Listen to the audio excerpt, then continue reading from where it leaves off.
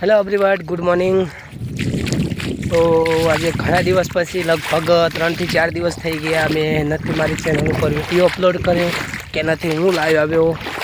તો આપ તમને બધાને તો તેનું કારણ ખબર જ હશે, અને ના ખબર હોય તો હું જણાવી દઉં કે 4-5 દિવસથી અતિ ભારે વરસાદ થયો હતો।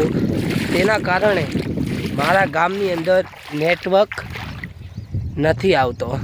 તો હાલ બી હું મારા ગામની બહાર મારી વાડીએ જઈ રહ્યો છું, તો ત્યાં કને થોડું નેટવર્ક આવી રહ્યું છે। તો હું તમને મેં વિચાર્યું કે તમને લોકોને એક વિડીયો બનાવી અને વિડીયોના માધ્યમથી જણાવી દઉં કે મારા ગામની મારા તાલુકાની શું હાલત છે। અને તમને આજે મારા અવાજમાં બી થોડો ફેર લાગતો હશે, કારણ કે હવામાન ટાઢું છે એટલે શરીરનું હવામાન પણ થોડુંક ખરાબ થવાનું। તો મિત્રો, આજે આપણો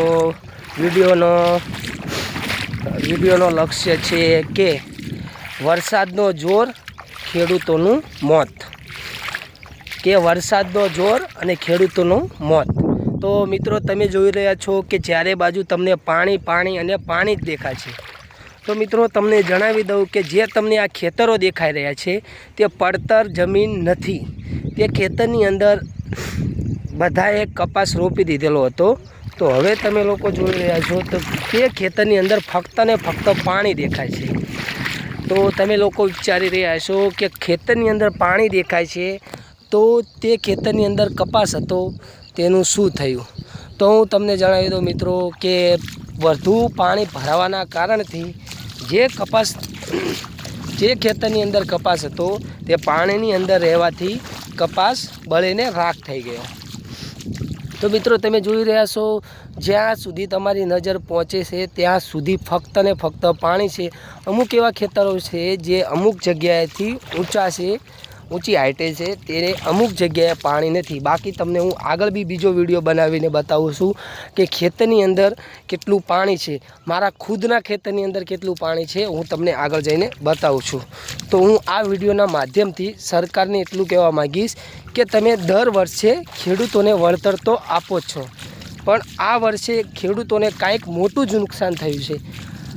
તો હું મારા ગામનું જણાવી દઉં। મારું ગામ નાના શાહપુર, તાલુકો વિરંગામ, જિલ્લો અમદાવાદ, રાજ્ય ગુજરાત, દેશ ભારત। આ બધું તો નથી કહેવાનું હતું પણ કહી દીધું। તો હું જણાવી દઉં, સરકારને એટલું જ કહેવા માગીશ કે મારા ગામની અંદર ઘણા લોકોના ઘર બી પડી ગયા છે, 10 થી 15 ઘર પડી ગયા છે, જેથી એમને ખાવા પીવાની બી તકલીફ થાય છે।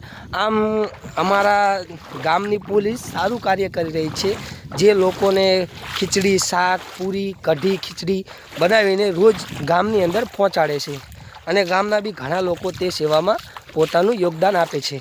તો હું સરકારને એટલું જ કહેવા માગીશ, અમારા તાલુકાના ધારાસભ્ય સુધી આ સંદેશ જલ્દીથી પહોંચાડો અને જલ્દીથી જલ્દી ખેડૂતોને સારામાં સારું વળતર મળે તેવી હું સરકારથી આશા રાખું છું।